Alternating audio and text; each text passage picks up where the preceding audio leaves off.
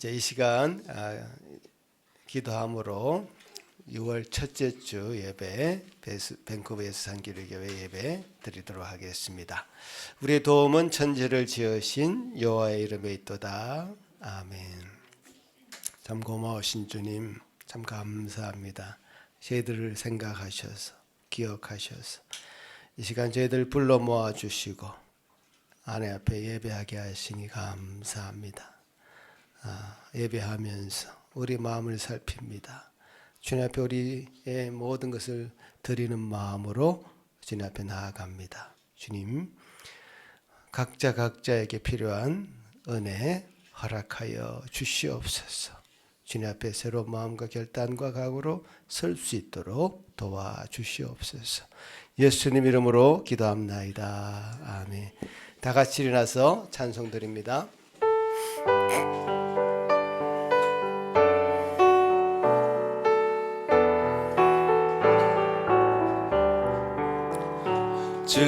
즐겁게 안식할라 반갑고 좋은 날 내 마음을 편케 하니 즐겁고 기쁜 날 이 날에 천하 만민 다 보자 앞에서 참되신 삼위일체 다 찬송 부르네. 이 날에 하늘에서 새 양식 내리네. 성회로 모이라고 종소리 울리네. 복음의 밝은 빛은 온 세상 비치며 또 영생물이 흘러 시원케 하시네. 이 주일 지킴으로 새 은혜 입어서 영원히 쉬는 곳에 다 올라갑시다. 성부께 찬미하고 성자와 또 성령 참되신 삼위일체 다 찬송 부르세.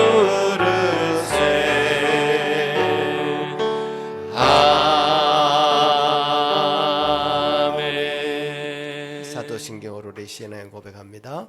전능하사 천지를 만드신 하나님 아버지를 내가 믿사오며 그 외아들 우리 주 예수 그리스도를 믿사오니 이는 성령으로 잉태하사 동정녀 마리아에게 나시고 본디오 빌라도에게 고난을 받으사 십자가에 못 박혀 죽으시고 장사한 지 사흘 만에 죽은 자 가운데서 다시 살아나시며 하늘에 오르사 전능하신 하나님 우편에 앉아 계시다가 저리로서 산자와 죽은 자를 심판하러 오시리라. 성령을 믿사오며 거룩한 공회와 성도가 서로 교통하는 것과 죄를 사하여 주시는 것과 몸이 다시 사는 것과 영원히 사는 것을 믿사옵나이다. 아멘. 이어서 십계명을 낭독합니다. 하나님이 모든 말씀으로 말씀하여 이르시되 나는 너를 애굽 땅 종되었던 집에서 인도하여 낸 내 하나님 여호와니라. 제1은 너는 나 외에는 다른 신들을 내게 두지 말라. 제2는 너를 위하여 새긴 우상을 만들지 말고 또 위로 하늘에 있는 것이나 아래로 땅에 있는 것이나 땅 아래 물속에 있는 것에 어떤 형상도 만들지 말며 그것들에게 절하지 말며 저것들을 섬기지 말라. 제3은 너는 내 하나님 여호와의 이름을 망령되게 부르지 말라. 제4는 안식일을 기억하여 거룩하게 지키라. 제5는 내 부모를 공경하라. 제6은 살인하지 말라. 제7은 간음하지 말라. 제8은 도둑질하지 말라.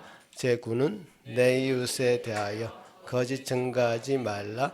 제10은 내 이웃의 집을 탐내지 말라.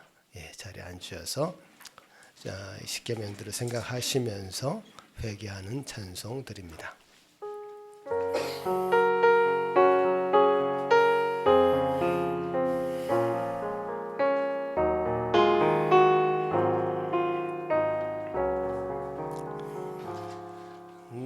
예수께 조용히 나가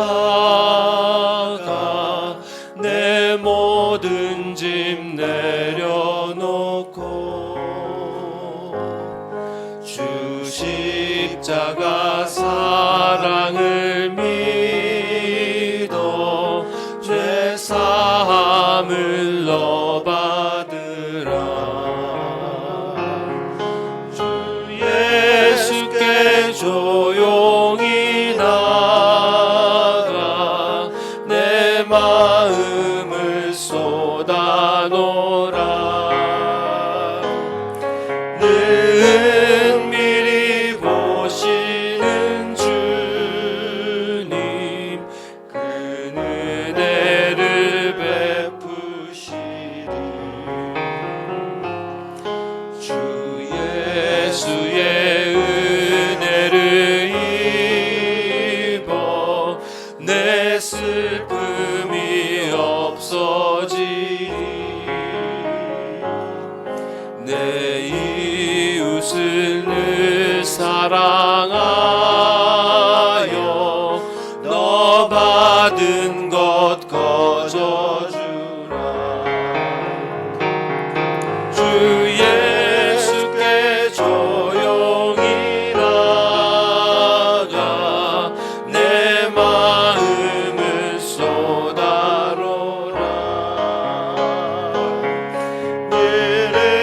미리 보시는 주님 그 은혜를 베푸시리. 예수를 친구로 삼아 늘 내 옆에 모시어라. 그 영원한 생명 샘물에 내 막은 목 죽이어라. 주 예수께 조용히 나가 내 마음을 쏟아놓으라. 늘은 미리 보시는 주님 그 은혜를 베푸시리.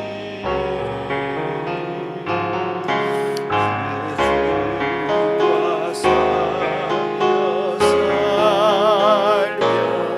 새 생명이 넘치리라. 주 예수를 찾는 이 앞에 참 밝은 빛 비추어라. 주 예수께 조용히 나가 내 마음을 쏟아놓으라. 늘은 미리 보시는 주님 그 은혜를 베푸시리.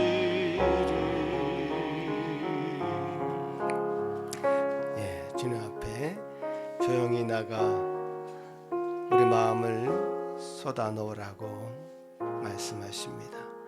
주님 앞에 우리 마음을 다 토해놓고 참 우리를 살피시는 주님, 우리에게 무슨 악한 행위가 있나 늘 살피는 마음으로 주님 앞에 나아가 지금 이 시간 함께 참회의 기도 드립니다.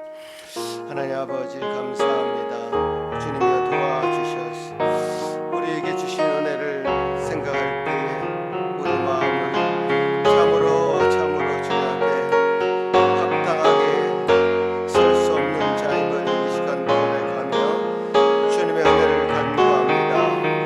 긍휼을 베풀어 주시기를 간구합니다. 우리의 너덜너덜한 이 심령을 가지고 주님 앞에 나아갑니다. 주여 도와주시옵소서. 주님께 주신 은혜로 주여 채워주시옵소서. 주님께서 주시는 긍휼이 우리 마음을 풍성하게 채우셔서 주여 주님을 위해서 참 자유를 얻는 죄로부터 해방을 얻는 놀라운 은혜를 드리게 도와주시옵소서.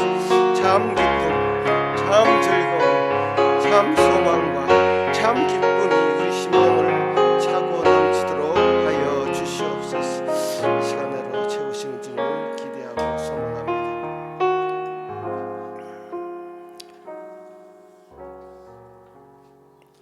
여호와는 마음이 상한 자를 가까이 하시고 중심으로 통회하는 자를 구원하시는도다. 아멘. 하늘에 계신 우리 아버지여, 이름이 거룩히 여김을 받으시오며 나라가 임하옵시며 뜻이 하늘에서 이룬 것 같이 땅에서도 이루어지이다.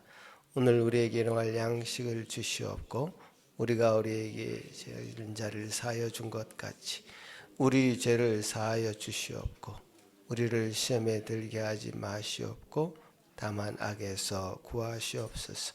나라와 권세와 영광의 아버지께 영원히 있사옵나이다. 아멘. 주님 앞에 진심으로 감사하는 마음으로 찬송 드립니다.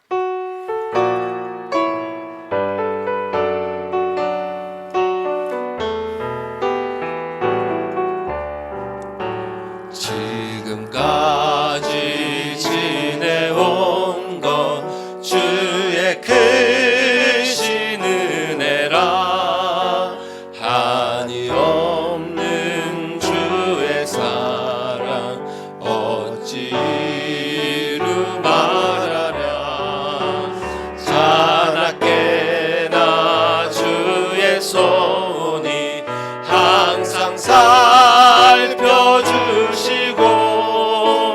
모든 일을 주 안에서 형통하게 하시네. 몸도 맘도 연약하나 쓰임받아 살았네. 물 붓듯이 부으시는 주의 은혜 족하다. 사랑 없는 거리에나 험한 산길에 맬 때 주의 손을 굳게 잡고 찬송하며 가리라. 주님 다시 배울 날이 날로 다가와.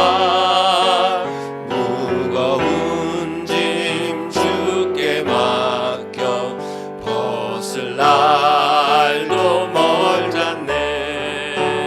나를 위해 예비하신 고향집에 돌아가 아버지의 품 안에서 영원토록 살리라. 아멘. 교독문 시편 28편 저와 여러분 교독하시겠습니다. 여호와여, 내가 주께 부르짖으오니 나의 반석이여 내게 귀를 막지 마소서.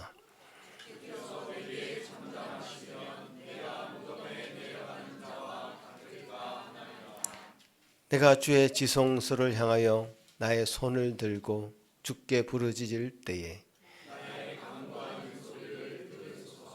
악인과 악을 행하는 자들과 함께 나를 끌어내지 마옵소서.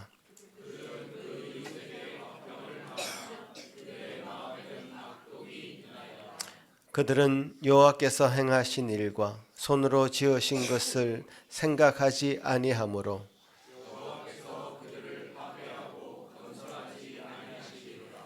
여호와를 찬송하며 여호와는 나의 힘과 나의 방패이시니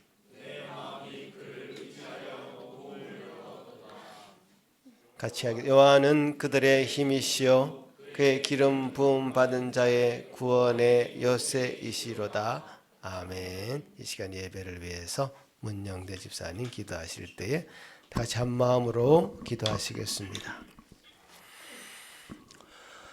천지를 창조하시고 유일하시며 우리의 삶의 이유가 되시는 하나님 아버지, 또 한 주간의 삶을 돌보아 주시고 인도하여 주심으로 이렇게 복된 주일에 저희를 불러 예배드리게 하여 주시니 감사드립니다. 유난히 분주하고 요란한 세상 속에서 지쳤던 우리의 마음을 안아주시고 위로해 주시는 주님, 오직 주님의 영광만을 바라보며 드리는 예배의 시간이 되길 간구합니다. 자비로우신 주님, 지난 한 주간 주님의 뜻을 구하기보다 내 안위와 내 생각에 사로잡혀 염려하고 살았음을 고백합니다. 평범한 일상 속에서 주님의 감사함을 알지 못하고 눈앞의 환경에 일비했던 우리의 작은 믿음을 용서하여 주시옵소서.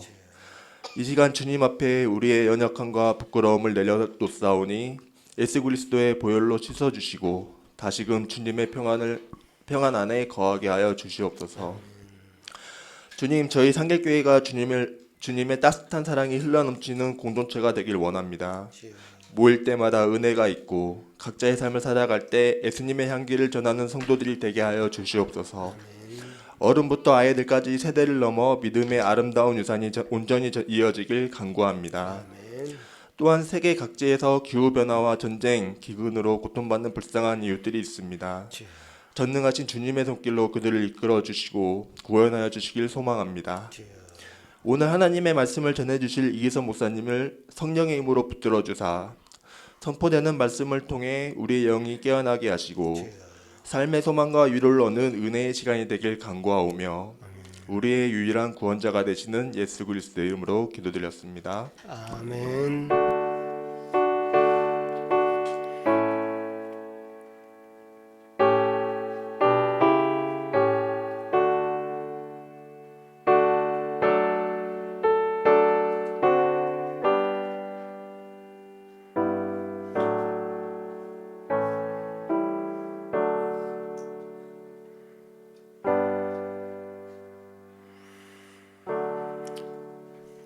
네, 오늘 우리에게 허락하신 하나님 말씀은 룻기 말씀입니다. 룻기 전체를 볼 건데요. 제가 다시금 이 시간에 읽을 수는 없고 1장 1절부터 5절까지만 제가 읽겠습니다. 사사들이 치리하던 때에 그 땅에 흉년이 드니라. 유다 베들레헴의 한 사람이 그의 아내와 두 아들을 데리고 모압 지방에 가서 거류하였는데 그의 이름은 엘리멜렉이요 그의 아내의 이름은 나오미요 그의 두 아들의 이름은 말론과 기럨이니 유다 베들레헴 에브라 사람들이었더라. 그들이 모압 지방에 들어가서 거기 살더니 나오미의 남편 엘리멜렉이 죽고 나오미와 그의 두 아들이 남았으며 그들은 모압 여자 중에서 그들의 아내를 맞이하였는데 하나의 이름은 오르바요 하나의 이름은 루시더라. 그들이 거기에 거주한 지 10년쯤에 말론과 기럨 두 사람이 다 죽고 그 여인은 두 아들과 남편의 뒤에 남았더라. 아멘. 예, 어둠을 비추는 한 줄기 구원의 빛이라는 제목으로 오늘 말씀을 전하겠습니다. 제가 왜 이렇게 제목을 붙였는가 하면 여러분 지난주에 사사기 말씀 들으셨죠? 들은 거 맞죠? 네. 사사기 말씀 참 어둡습니다. 사사기 9절에 첫 페이지 띄워보시면 사사기 마지막 26의 구절이 이렇게 끝나죠. 같이 한번 읽어볼까요? 그때 이스라엘의 왕이 없으므로 사람이 각기 소견에 어른대로 행하여 했더라. 영적 암흑기를 보여주는 말이죠. 자기 소견에 옳은 대로 행한 절대적인 진리가 없는 그 시대, 하나님을 잃어버린 시대, 거룩을 잃어버린 시대였다는 것이죠. 특히 이제 사사기 마지막 두 사건은 정말 어둡습니다. 지난주에 미가 이야기 들으셨는데 미가는 어머니로부터 천 개를 훔칩니다. 어머니는 훔친 사람에게 저주를 하죠. 그 저주가 두려워서 미가는 또 훔친 은을 돌려주죠. 돌려주는데 그 어머니는 다시 또 저주를 축복으로 바꾸고 혼내지도 않고 저주를 축복으로 바꾸고 또 그 은 200개를 가지고 신상을 만들고 미가는 도무지 이게 상상할 수 없는 일이 벌어지는 거예요. 그 은 200개가 어느 정도 가치냐 살펴보니까 그 레위 제사장을 드리잖아요. 가정 제사장을 연봉 체계를 하는데 은 10개 1년에 은 10개입니다. 200개면 곱하기 20이죠. 거의 한 20억 되는 겁니다. 요즘 말로 하자면 20억을 주고 신상을 만들고 참 너무너무 좀 암흑의 시기를 그대로 보여주는 그런 대목인데 거기 더 나아가서 단 지파가 한 지파 전체가 그 은신상을 훔치고 또 거기 있는 레위 제사장을 스카우트합니다. 너 가정에 뭐 조그만 개척교회 담임 목사 할래? 2만 명 목회할래? 이게 꼬시는 겁니다. 그죠? 딱 그런 대목이에요 지금. 그래서 레위 제사장은 얼스군이 좋다 하고 단 지파를 따라갑니다. 단 지파 전체가 그 신상을 모시고 우상 숭배에 빠지는. 우리가 오늘 10계명 읽었죠. 1계명, 2계명을 다 어기는 거죠. 뭐 훔치는 것도 뭐 도둑질하지 말라는 계명을 어기는 거고요. 지파 전체가 이제 우상 숭배에 빠지는 그런 이야기. 그 뒤에는 더 어두운 이야기가 나옵니다. 이거는 좀 상상하기 힘든 얘기가 나옵니다. 레위인이 첩이 있었고 그 첩과 함께 기브아라는 지방에 머물게 되는데 그 지방의 사람들이 이 레위인을 끌어내려고 합니다. 왜? 상관한다. 상관한다는 뭐죠? 내가 그 레위인과 성관계를 맺겠다. 그 호모섹슈얼리티죠. 소돔성에서 일어났던 일을 지금 여기 벌어지는 겁니다. 그 레위인은 자기가 나가기 싫으니까 자기 첩을 내보냅니다. 밤새도록 그 깡패들이 이 레위인의 이 첩을 강간해서 그야말로 죽음에 이르게 합니다. 이 레위인이 너무 억울해서 그 여인의 시체를 12조각을 내서 각 지파에게 보냅니다. 그래서 이 베냐민 지파가 이런 짓을 했는데 그 12지파가 베냐민 지파를 제한 12지파가 이 베냐민 지파를 전체를 멸절시켜 버립니다. 거의 한 600명 정도 남겨놓고 다 멸절시키는 내전이 일어나는 그런 상황이 됐죠. 참 그러면서 이 사사기가 끝나는 거예요. 너무너무 어둡지 않습니까? 이 정도면 참 하나님 백성에게 소망이 있는가 이런 생각이 들 정도입니다. 그런데 그 뒤에 바로 이제 룻기가 등장하는 거죠. 성경을 이제 분류하다 보면 성경을 구약 성경을 39권으로 분류할 수도 있습니다. 그런데 초대 교부들의 분류법을 보면 22권으로 분류할 수도 있어요. 상하를 합치는 거죠. 사무엘 상하를 합쳐서 사무엘기, 역대 상하를 합치고 에레미야와 에레미야 예가를 합치고 이렇게 합치다 보면 사사기와 룻기를 합쳐 놓은 거예요.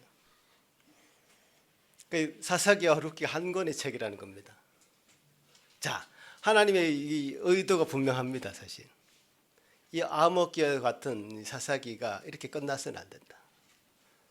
이 암흑 같은 이 사사의 시대를 더 밝게 비춰주는 한 줄기 구원의 빛과 같은 이 룻기가 있어야 된다라고 하는 것이죠. 룻은 그런 의미에서 굉장히 큰 가치를 가집니다, 여러분. 이 시대가 아무리 어둡더라도, 이 시대가 아무리 다 망가져 있더라도 하나님께서는 반드시 남길 자를 남기셔서 구원의 그 빛을 비추시고 그 남은 사람을 통해서 구원의 역사를 이루어 가신다고 하는 귀한 메시지가 이 룻기의 전체에 깔려 있습니다. 한 가정의 이야기인데요. 뭐 과부 한 사람 등장하죠. 또 한 사람 또 이방 여인 한 사람 등장하고 농부 한 사람 등장하는 그런 이야기인데, 그 이야기가 거기서 한 가정의 이야기로 끝나는 것이 아니죠. 하나님의 구원의 역사가 이 한 가정을 통해서 어떻게 이어져 가는가라는 것을 이 룻기를 통해서 여러분 발견할 수 있다면 정말 귀한 말씀이 되겠습니다. 말씀 듣고 싶으시죠? 예, 그렇게 이야기를 한번 해보겠습니다. 룻기는 기근으로 시작하죠. 이스라엘 베들레헴 땅에 그 기근이 찾아온 겁니다. 제가 참고로 말씀드리자면 룻기가 사사기의 비에 역사적으로 이어지는 내용은 아닙니다. 제가 역사를 따져보니까 그렇지 않더라고요. 나중에 그 이유를 설명해 드릴게요. 어쨌든 자사가 다스리던 그 시대에 기근이 찾아왔죠. 베들레헴이라는 동네는 그야말로 베들레헴의 이름이 뜻이 있습니다. 이스라엘의 지방에, 그리고 이스라엘 나라 사람들의 그 이름에는 다 뜻이 있습니다. 우리도 뜻이 있잖아요, 그죠? 다 뜻이 있는데 엘리멜렉,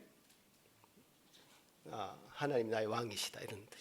그러니까 엘리멜렉이라는 사람이 그렇게 하나님을 섬기는 사람이 있는데, 베들레헴 지방의 베들레헴 뜻이 떡집이라는 뜻. 그러니까 떡이 얼마나 많았으면, 풍성했으면 그렇게 지었겠습니까? 그런 떡집에 떡이 없는 겁니다. 지금 떡이 없이 또 엘리멜렉, 하나님을 왕이라고 섬기는 그 사람이 그 지역을 떠납니다. 이 참 비극적인 일이 거기서 시작되는 거죠. 나오미 그리고 두 아들 말론과 기럨 데리고 모압 지방으로 떠납니다. 이 모압에서 그야말로 모압 드림, 그죠? 아메리칸 드림처럼 이루어야 되는데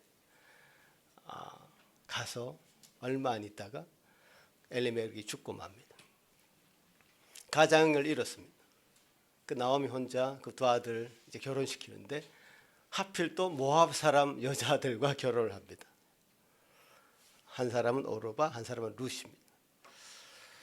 참 그러다가 이제 10년쯤 지나서 자녀들도 없었던 것 같아요. 자녀들도 없는데 10년쯤 지나서 그 두 아들이 또 죽습니다. 그러니까 과부 3명만 딱 남았는 거죠. 나오미, 오르바, 룻. 그때 당시에 과부들에게 경제적으로 독립할 수 있는 길은 없었습니다. 다 남편에게, 아버지에게 다 의지해서 살았지 여자들이 혼자 할 수 있는 게 아무것도 없었어요. 모압 지방에는 더 이상 살 수 있는 형편이 아니죠. 그리고 들려오는 소식이 지금 베들레헴에 풍년이 들었다는 소식을 듣습니다. 당장 이제 짐을 싸서 다시 돌아가야 되겠죠. 자, 돌아가려고 하니까 이 결혼한 뒤에 남편을 잃어버린 두 며느리가 생각이 나는 거죠. 나오미 입장에서는 이 나오미는 이 오르바나 룻을 모압 지방의 사람이니 자기 친정에 돌아가서 뭐 결혼도 다시 할 수 있을 것이고, 이스라엘에 돌아가는 것은, 이 과부 3명이 돌아가는 것은 정말 보기가 좋지 않다 생각을 했던 것 같아요. 그래서 돌아가라고. 참 그 며느리들이 굉장히 기특한 게 안 돌아가려고 합니다. 오르바도 그렇고 룻도 그렇고 돌아가지 않으려고 해요. 자, 이 장면을 볼 때 참 나오미가 며느리하고 관계가 정말 좋았다 생각이 듭니다. 안 돌아가려고. 울고불고 하면서 어머니를 따라가겠습니다. 도저히 나오미는 데리고 갈 수 없어서 다시 한번 간청을 하죠. 그래서 첫째 며느리인 오르바는 눈물을 머금고 이제 자기 친정으로 돌아가기를 결정하죠. 오르바가 잘못된 결정을 한 게 아니죠. 정말 상식적인, 과부 3명이 가서 뭘 하겠습니까? 그 상식적인 결정을 한 것 같고 그렇지만 룻은 결국 따라가기로 결정을 하죠. 이때 여러분이 성경 읽으면서 조금 이상한 얘기가 나온 게 있는데 나오미가 이런 말을 합니다. 내가 며느리들 설득하면서 이런 얘기를 하죠. 내가 다시 아기를 가질 수가 없다. 다시 결혼할 수 있는 형편도 아니고 그러니 내가 너희들에게 줄 아들이 없다. 이런 얘기를 합니다. 여러분 그 부분 이해가 됐습니까? 그때 당시 이스라엘에는 이런 제도가 있습니다. 형사취수라는 제도가 있었습니다. 계대 결혼을 하는 건데 형이 죽으면 형수가 남지 않습니까? 그럼 그 동생이 그 형수와 결혼해서 그 대를 잇게 하는 겁니다. 지금으로서는 있을 수가 없는 이야기인데 그때 당시에 이 종족을 보존하기 위해서 그런 제도가 있었단 말이에요. 그 나오미가 그런 얘기를 하는 겁니다. 내가 더 이상 아들 낳을 수도 없고 내가 아들 내일 결혼해서 아들 낳는다 쳐도 그 아들이 그 장성할 때까지 기다려서 그 결혼할 수 있는 것은 말이 안 된다. 돌아가라 이렇게 설득을 하죠. 자, 그런 설득에도 불구하고 룻은 어머니 곁을 지킵니다. 저는 이 오늘 설교의 핵심 구절을 이 룻이 얘기하는데요. 그 한번 들어봅시다. 1장 16절 17절인데 정말 대단한 고백을 합니다. 룻이 이르되 내게 어머니를 떠나며 어머니를 따르지 말고 돌아가라 강건하지 마옵소서. 어머니께서 가시는 곳에 나도 가고 어머니께서 머무시는 곳에서 나도 머물겠나이다. 어머니의 백성이 나의 백성이 되고 어머니의 하나님이 나의 하나님이 되시리니 어머니께서 죽으시는 곳에 나도 죽어 거기 묻힐 것이라. 만일 내가 죽는 윌 외에 어머니를 떠나면 여호와께서 내게 벌을 내리시고 더 내리시기를 원하나이다. 이런 고백을 합니다. 여러분 이 단순한 효심 이야기를 하는 게 아닙니다. 여러분 룻기를 시어머니들이 가장 좋아하는 성경이라고 그러는데 그런 게 아닙니다. 한순의 가정사가 아닙니다.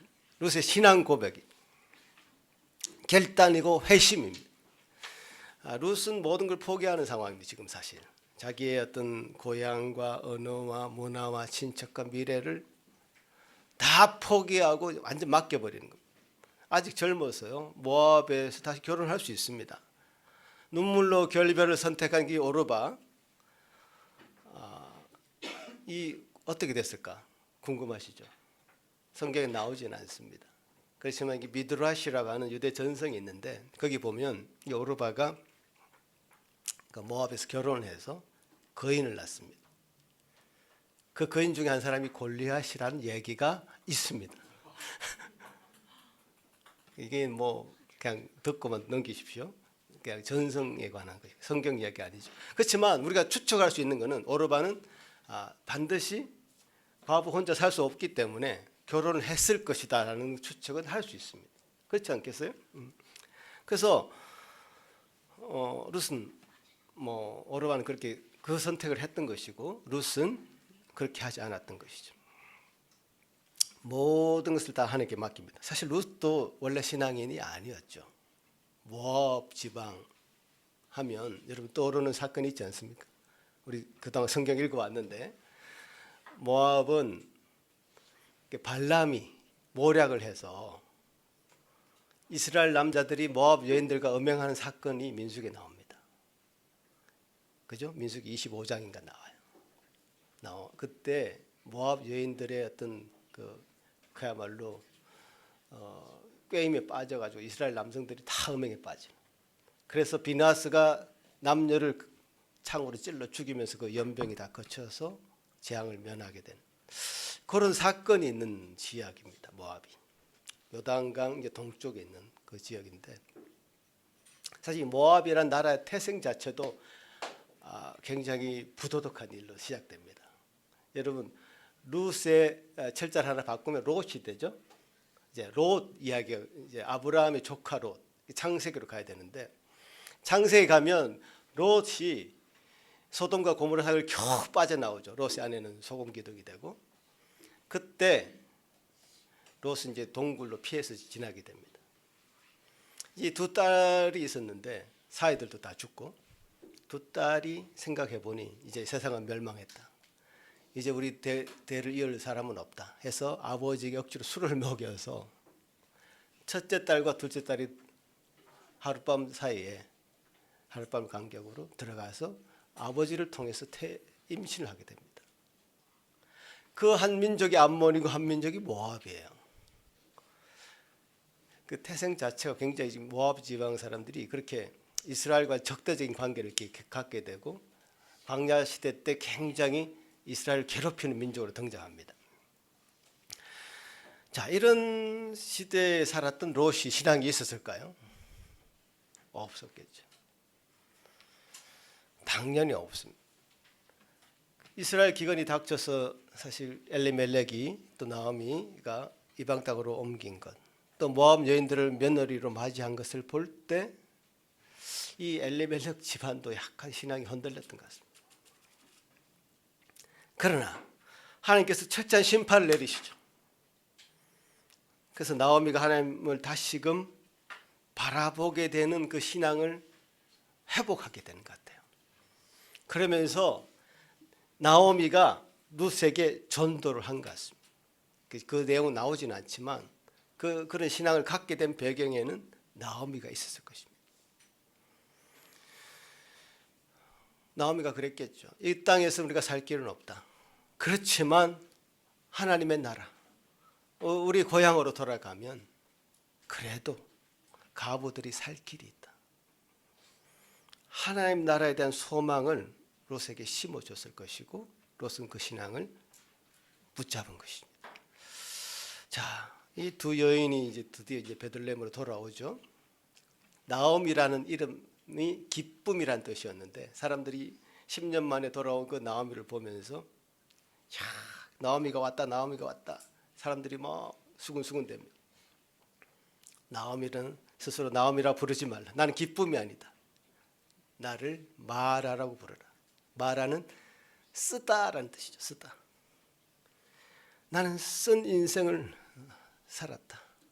그렇지만 그것은 전능자가 내게 해준 일이다. 신앙이 있는 사람의 어떤 태도죠. 나오미는 끝이라고 생각하지 않고 하나님이 다른 시작을 준비하고 있을 것이라는 믿음으로 다시 베들레헴으로 왔습니다.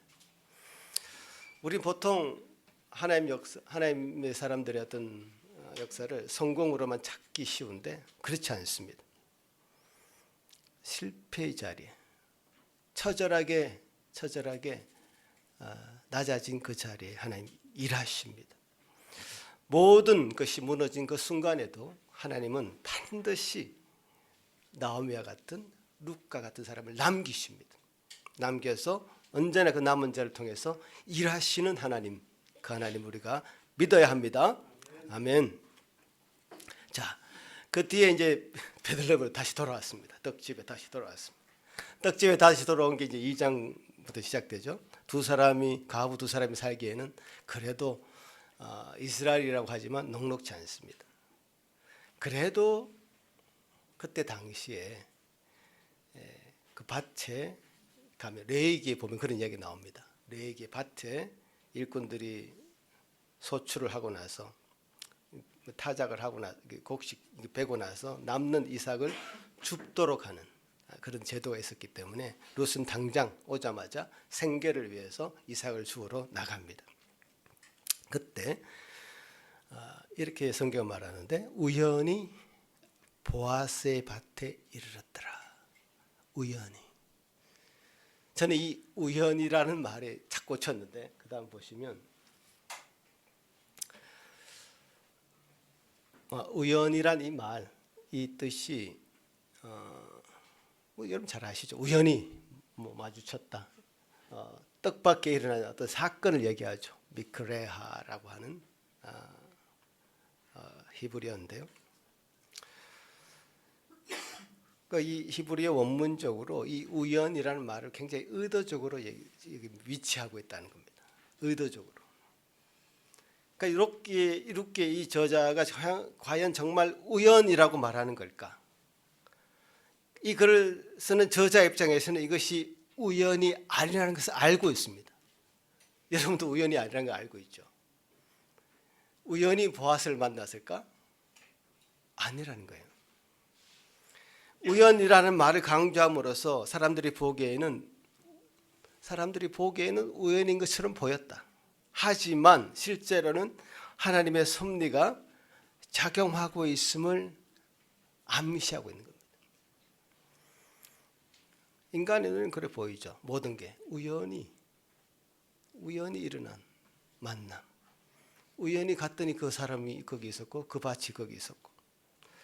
그러니까 자꾸 롯이라 그러는데 룻기 전체의 관점에서 이 우연한 만남 이것은 굉장히 중요한 하나님의 섭리 안에 있는 일이었습니다. 이 룻기 전체의 내용을 보면 어떤 기적적인 일들이 일어나지 않습니다. 여기서 뭐 기적적으로 나오미 집에 살이 막 보리가 떨어졌다든지 계속 포도 계속 나오는 독이 있다든지 그러지 않습니다. 이 우연과 우연이 연결되는 그런 사건들만 있습니다. 뭐 홍해도 갈라지지 않고 하늘에서 불이 떨어지지도 않고 천사도 나타나지 않습니다. 우연한 만남, 일상적인 사건, 어떤 평범한 선택들만 있습니다. 하나님의 어떤 기적적인 역사라는 게 이 룻기에는 없습니다. 그래서 룻기를 흔히 하나님의 숨겨진 섭리의 책이다 이렇게 불리기도 합니다. 그래서 섭리의 책. 그래서 이 원어의 뉘앙스를 한 문장으로 정리하자면 내가 여기 적어놓은 것 같습니다. 문자적으로는 우연한 일, 뜻밖의 일이라는 사건을 의미하지만 룻기 문맥에서는 사람의 눈에는 우연처럼 보이지만 실제로는 하나님의 섭리 아래에 있는 사건이라는 역설적인 의미를 전달하는 표현으로 이해가 된다. 그렇죠? 룻에게는 우연했지만 다 하나님의 계획이 있었던 것이죠. 그러니까 보아스를 만난 것은 참으로 하나님의 인도하심이었고 그것이 기적이었고 그것이 섭리였던 것이죠. 그와 마찬가지로 저와 여러분이 만난 것도 우연히 만났습니까? 여러분 서로가 만난 것이, 부부가 만난 것이, 가정이 만난 것이, 이렇게 교회 공동체에서 만난 것이 우연으로 된 거라고 생각하십니까? 절대 그렇지 않습니다. 하나님의 일하심과 섭리가 그 가운데 작동하고 있습니다. 그것을 믿어야 됩니다. 보아스는 대주주이면서도 참으로 신앙이 좋고 인품이 훌륭한 사람이었습니다. 소장농들에게 하나님 여호와께서 함께 하시기를 원한다고 축복하고 그 소장농들도 주인에게 인사하는 모습이 성경에 그대로 기록이 됩니다.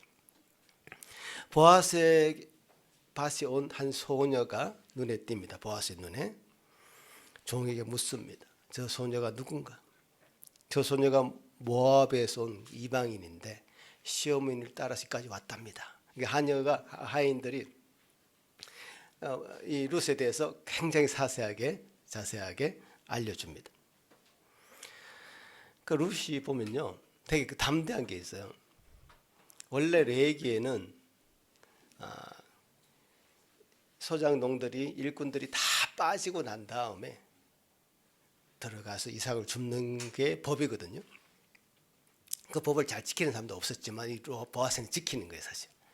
근데 룻은 그 일꾼들의 그 뒤를 졸졸졸 따라다니면서 뭐 떨어지면 죽고 떨어지면 죽고 이렇게 하는 겁니다. 그런 내용을 그 하인이 보아스 주인한테 고해 바치는 그런 내용도 나옵니다. 룻이 그야말로 저는 이 시어머니 나오미하고 룻이 정말 꽁짝이 잘 맞는다. 그야말로 꽁짝 잘 맞는 장면은 이제 3장에도 또 나옵니다만은 정말 잘 맞는다. 나오미가 이렇게 얘기하면 100% 200% 룻은 시행을 하는 그런 모습을 보게 됩니다. 자, 참 이렇게 하나님의 은혜가 있는 그런 공동체입니다. 그래서 보아스는 룻을 더 귀하게 생각하고 그 스토리를 들었잖아요. 귀하게 생각해서 자기 밭에서 계속 주어라. 또 일꾼들한테 미리 얘기하죠. 더 많이 흘려라, 일부러. 그래서 절대적인 빈곤에 이제 빠지지 않도록 서로 돌보는 그 하나님 나라의 모습을 그렇게 이 룻기를 통해서 보게 됩니다. 자, 이제 룻기 후반으로 갑니다. 자, 이 그다음 페이지 보시면 룻기 이제 후반 3, 4장을 이해하기 위해서는 이 고엘이라는 제도를 알아야 됩니다. 고엘이라는 이 단어의 뜻은 되찾아주는 사람, 구속자, 친족 보호자. 자, 고엘이라고 하는 그 제도가 자 우리한테는 익숙하지 않은 제도인데 그때 당시는 있었다는 거죠.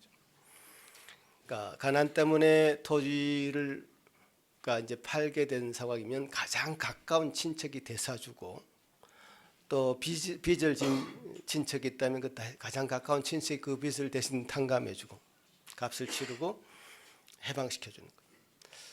빚으로부터 해방시켜주는.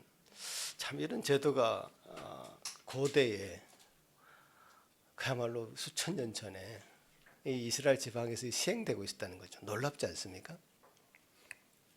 그리고 죽은 친족의 이름과 재산이 사라지지 않도록 가문을 보호하는 역할. 지난번에 우리 도피성 얘기할 때 이철호 목사님 얘기한 것 같은데 친족이 억울한 죽음을 당했을 때 대신 원수를 갚는 일도 그 친족의 일이었다는 겁니다.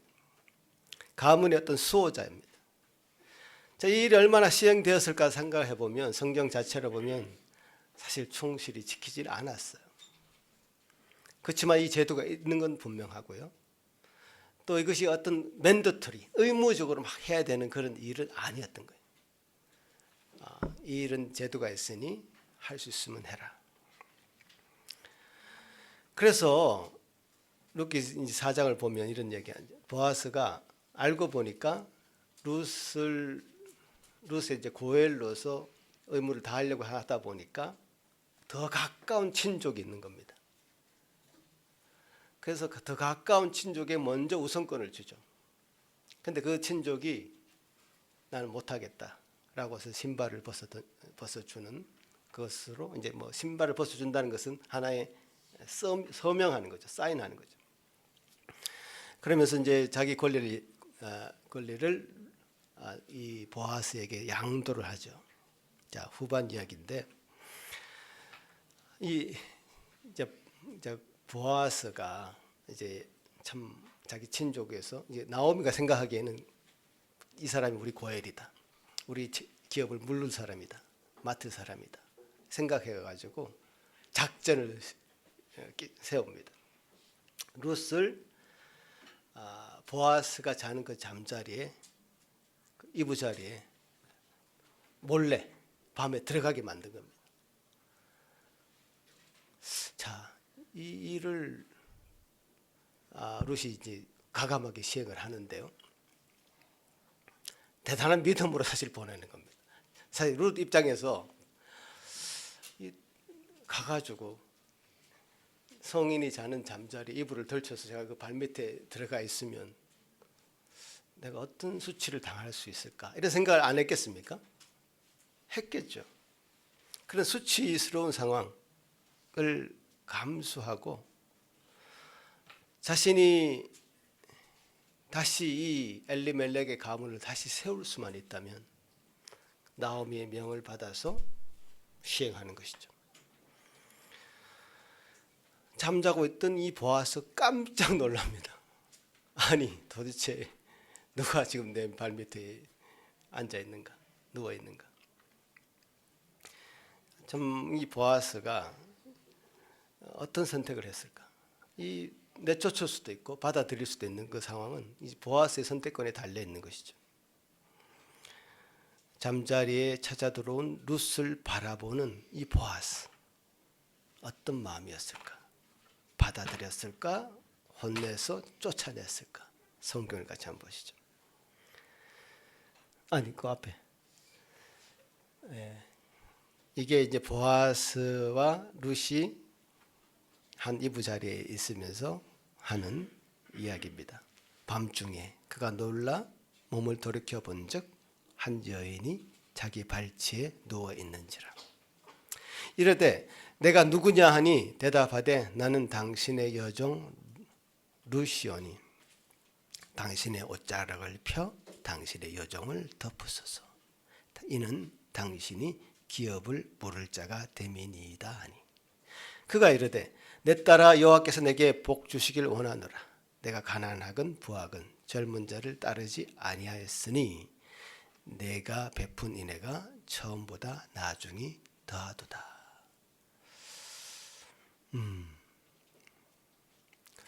참 이 보아스가 이런 얘기를 했을 때 여러분 어떤 마음이 드십니까? 이 보아스는 참 선한 사람이긴 합니다. 그냥 단순히 선한 사람이 아니에요. 보아스는 이 맥락으로 봤을 때 장차 오실 예수 그리스도를 예표하는 그림자 역할을 하는 사람이죠. 우리 모두는 영적으로 룻과도 같은 사람들이죠. 가난하죠. 소망이 없죠. 스스로 구원할 수 없죠. 보아스가 쫓아내면 쫓김을 당할 수밖에 없는 그런 가련한 처지에 있는 그 룻과도 같은 것입니다. 그런데 이 상황에서 보아스는 그 고엘의 의무를 다하는 것입니다. 보아스가 룻의 그 기업 물을 자, 그 고엘의 의무를 다한다는 것은 자기 희생을 의미합니다. 왜냐하면 법적으로 보아스는 이제 엘리멜렉의 가문의 대를 이어주는 그런 역할만 할 뿐입니다. 다 잃어버리고 망해버린 가문의 대를 잇기 위해서 희생하지 않으면 이런 일은 일어나지 않습니다. 마치 누구와 같습니까? 소망이 없고 잃어버린 백성을 위해서 하나님의 그 독생자의 그 지위를 버리시고 이 땅에 오신 예수 그리스도의 모습을 보는 것과 같습니다. 예수님께서 우리를 위해 값을 지불하신 것이죠. 우리를 품으신 것이죠. 그러면서 우리를 회복시키셨습니다. 보아스는 그야말로 장차 오실 메시아 예수님을 모형적으로 그리고 있는 것이죠. 실제로 이 보아스가 룻을 통해서 낳은 자녀가 오벳이고요.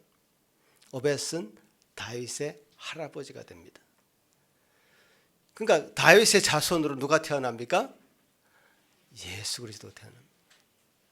이 놀라운 이 하나님의 섭리가 룻이 보아스를 우연히 만난 것으로 시작하는 겁니다. 우연이 아니었던 거죠. 하나님의 섭리가 작동하고 있었던 것입니다. 제가 이 예수님의 족보를 보면서 한 가지 더 놀라운 사실을 보게 됐는데 마태복음을 한번 볼까요? 그 다음 마태복음 1장인데요. 같이 한번 읽어봅시다. 시작. 살몬은 라합에게서 보아스를 낳고 보아스는 룻에게서 오벳을 낳고 오벳은 이새를 낳고 이새는 다윗 왕을 낳으니라. 자, 여기서 눈에 띄는 한 이름이 나오죠. 라합. 이 라합은 기생입니다. 기생. 이스라엘 백성들이 여리고의 성을 들어갈 때 여리고는 그 가나안 땅의 첫 성이었습니다. 여리고 들어갈 때 두 정탐꾼을 보내는데 그 두 정탐꾼을 숨겨주고 살려준 인물이 바로 라합입니다. 기생으로서. 이 라합은 참 여리고 성이 무너질 때 모든 사람이 다 죽었는데 유일하게 살아남은 인물이죠. 그 라합이 누구의 엄마라고요? 보아스의 엄마입니다. 그러니까 제가 이 사사시대의 초기라고 얘기하는 것이 바로 그 의미입니다. 라합이 보아스의 어머니라면 얼마 되지 않아요. 사사시대에서 얼마 되지 않아요. 그러니까 제가 사사시대의 전 끝을 이어주는 얘기가 아니라 사사시대를 관통하고 흐르는 하나님의 악한 역사가 있지만 하나님의 역사 가운데 하나님의 남은 자의 역사, 하나님께서 택하신 자의 역사는 도저히 그야말로 그저 지하수처럼 따로 흐르고 있습니다. 룻의 족보가 이렇게 흘러가고 있는 겁니다. 라합을 통해서 흘러가고 있는 겁니다. 우리가 이것을 알아야 됩니다. 이 역사는 하나님께서 아시는 역사죠. 하나님께서 구속하시는 역사죠. 이 역사선상에 라합이라는 인물이 있고 기생 출신, 그 다음에 룻이라고 하는 이 모압 신앙 없었던 이 룻이라는 인물이 등장하는 겁니다. 그 룻기의 핵심은 룻이 보아스를 찾았다가 아니라 하나님이 룻을 위해서 보아스를 준비하셨다. 우리를 위해서 예수 그리스도를 준비하신 겁니다. 복음은 언제나 인간의 찾음보다 하나님의 찾으심, 찾아오심에서 시작됩니다. 이게 사사시대의 혼란한 상황에서 누가 이 모압 과부 한 명에게 주목했겠습니까? 베들레헴의 이 작은 가정에 주목했겠습니까? 작은 가정에서 일어난 일이잖아요. 그러나 하나님은 바로 그곳에서 메시아의 사역을 준비하고 있었던 겁니다. 하나님이 이 룻의 나오미의 그 눈물을 기억하고 있었던 것이죠. 사람들은 전쟁을 주목했지만 하나님은 한 여인의 믿음을 사용하신 것입니다. 이것이 하나님의 방식입니다. 세상 사람들은 강한 사람을 찾습니다. 강한 방식을 택합니다. 그러나 하나님은 신실한 사람을 택합니다. 하나님 앞에 신실한 남아있는 가련한 처지의 룻을 찾으시는 것이죠. 그 남은 자를 통해서 구원의 역사를 이루어 가시는 겁니다. 사랑하는 성도 여러분, 이제 말씀을 맺겠는데 룻기는 단순히 사랑 이야기, 효심 이야기 그런 얘기가 아닙니다. 과부가 결혼해서 행복하게 살았다 얘기야. 그런 얘기가 아닙니다. 성경은 하나님의 역사를 나타내는 것이고요. 이 룻기를 통해서 이렇게 얘기합니다. 세상이 아무리 어두워도, 세상이 정말 지금 전쟁으로 사람들이 이런 시대를 우리가 과거의 역사를 더듬어 보면 1차 세계대전 전이나 2차 세계대전 전 그런 상황과 일치한다고 사람들은 지금 생각하고 있습니다. 굉장히 지금 약육강식의 열강의 어떤 그 각축적이 되고 있는 이 국제 정세와 성공을 위해서 달려가는 많은 사람들의 개개인의 모습들을 볼 때 참 이 시대로는 우리에게 소망이 없다라는 생각을 하게 되는 그때에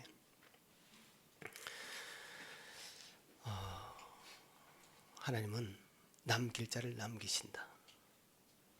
역사가 무너진 것처럼 보여도 그 결국 남은 자를 통해서 그 구원의 역사를 이루어 가실 것이고 그 구원의 빛은 결국 예수 그리스도에게로 이어질 것이라는 소망입니다. 사사기의 마지막은 암흑이었지만 룻기의 마지막은 소망입니다. 왜냐하면 하나님이 여전히 지금도 일하고 계시기 때문에 그렇습니다. 어둠이 짙을수록 구원의 빛은 더 밝게 빛이 납니다. 오늘 말씀을 통해서 우리 모두는 하나님께서 우리를 비추시고 계신다. 하나님에 대한 소망을 더 바라볼 수 있게 되기를 기도합니다. 다른 누가 아니라 내가 바로 그 하나님의 기업을 이어갈 그 한 사람, 룻과 같은 그 한 사람, 그 남은 자가 되기를 소원합니다. 그리스도께서는 가장 수치스러운 그 부분을 드러내더라도 그 그리스도 앞에 나온 그 사람을 붙드십니다. 그렇지 않으면 은혜는 없습니다. 우리가 수치스럽다, 우리의 죄악이 참 부끄럽다 하면서 주저주저하고 뒤로 물러서는 것이 아니라 주님 앞에 철저히 낮아지고 수치스러운 손을 내밀어서 그 이불을 덜쳐서 들어가는 룻의 심정으로 주님을 붙드시기를 간절히 바랍니다. 세상은 이리저리 흔들립니다. 그러나 결코 흔들리지 않고 옳은 길 되시는 예수 그리스도, 그분을 따라가시는 저와 여러분이 되시기를 간절히 바랍니다. 같이 한번 기도합니다. 하나님 감사합니다. 참 이 시대에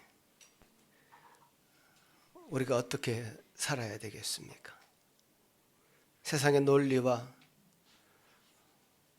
참 약육강식의 그 논리를 따라서 살아야 되겠습니까? 아니면 하나님께서 세워놓으신 이 아름다운 원리를 우리가 믿음으로 받고 살아야 되겠습니까? 주님을 붙잡습니다. 주님을 의지합니다. 주님 앞에 나아갑니다. 주님 저희들을 거두어 주시고 주님의 은혜의 빛을 비춰주셔서 옳은 길 되시는 그 예수 그리스도 온전히 그 길로 갈 수 있는 제 모든 심령, 예수 산길 모든 성도들 한 심령 한 심령 될 수 있기를 간절히 소망하며 기도합니다.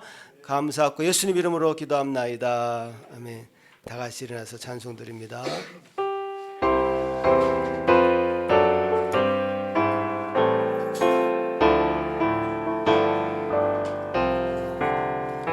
옳은 길 따르라 의의 길을 세계 만민의 참된 길 이 길 따라서 살기를 온 세계에 전하세 만 백성이 나갈 길 어두운 밤 지나서 동 튼다 환한 빛 보아라 저길 주 예수의 나라 이 땅에 곧 오겠네 오겠네 주 예수 따르라 승리의 주 세계 만민이 나아가 길과 진리요 참 생명 내 창공을 부수고 가다르라 화평왕 어두운 밤 지나고 동 튼다 환한 빛 보아라 저빛 주 예수의 나라 이 땅에 곧 오겠네 오겠네 놀라운 이 소식 알리어라 세계 만민을 구하려 내 주 예수를 보내신 참 사랑의 하나님 만 백성이 따를 길 어두운 밤 지나고 동 튼다 환한 빛 보아라 저길 주 예수의 나라 이 땅에 곧 오겠네 오겠네 고난길 헤치고 찾아온 길 많은 백성을 구한 길 모두 나와서 믿으면 온 세상이 마침내 이 진리에 살겠네 어두운 밤 지나고 동 튼다 환한 빛 보아라 저길 주 예수의 나라 이 땅에 곧 오겠네 오겠네. 아멘. 하나님 아버지 감사합니다. 다시 오실 주님을 고대합니다. 참 어두워가는 이 세상을 바라볼 때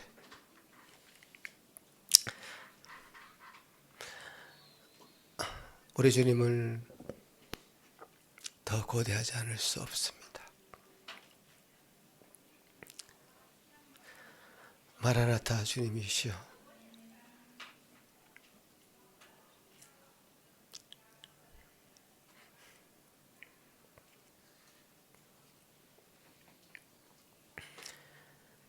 곧 오시옵소서.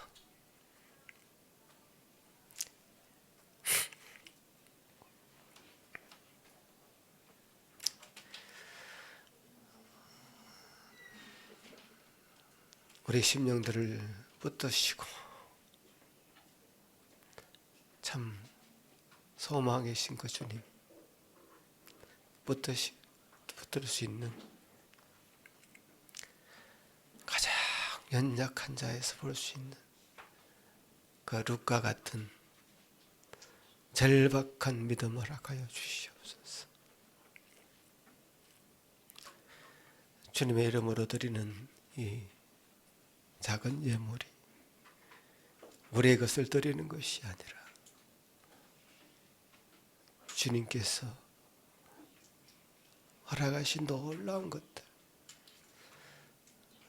참 만분의 일도 갚을 수 없는 그 은혜에 대한 보답이 오니 받아주시고, 주님 우리 심령에 참으로 주님의 백성으로 살아가는 그 기쁨과 감격이 떠나지 않는 우리 모든 예수 산길 성도 될 수 있도록 도와주시옵소서. 감사하고 예수님 이름으로 기도합나이다. 자리에 앉으십시오. 아버지 하나님께서 또 오늘 우리에게 이 모임을 주셨고 또 은혜로 함께하고 계십니다. 말씀은 우리를 굉장히 깨게 만드는 그런 은혜가 있습니다. 룻기로 끝나지 않고 다윗으로 이어지죠. 사무엘의 말씀은 바로 예수님의 조상이 되시는 다윗의 이야기가 시작됩니다. 여러분 함께 읽으시면서 하나님의 구속의 역사가 어떻게 전개되는지 은혜 받으시는 매일매일이 되시길 바랍니다. 기도하겠습니다. 이제는 우리 주 예수 그리스도의 크신 은혜와 하나님 아버지의 극진하신 사랑하심과 성령 하나님의 위로하심과 교통하심이 이제 남은 자 한 사람 룻과 같이 그리스도를 온전히 향해 수치스러운 손을 내밀어 그리스도를 붙잡으려고 하는 그 마음 우리 모든 여기 머리 숙인 성도들의 마음에 되기를 간절히 바라오며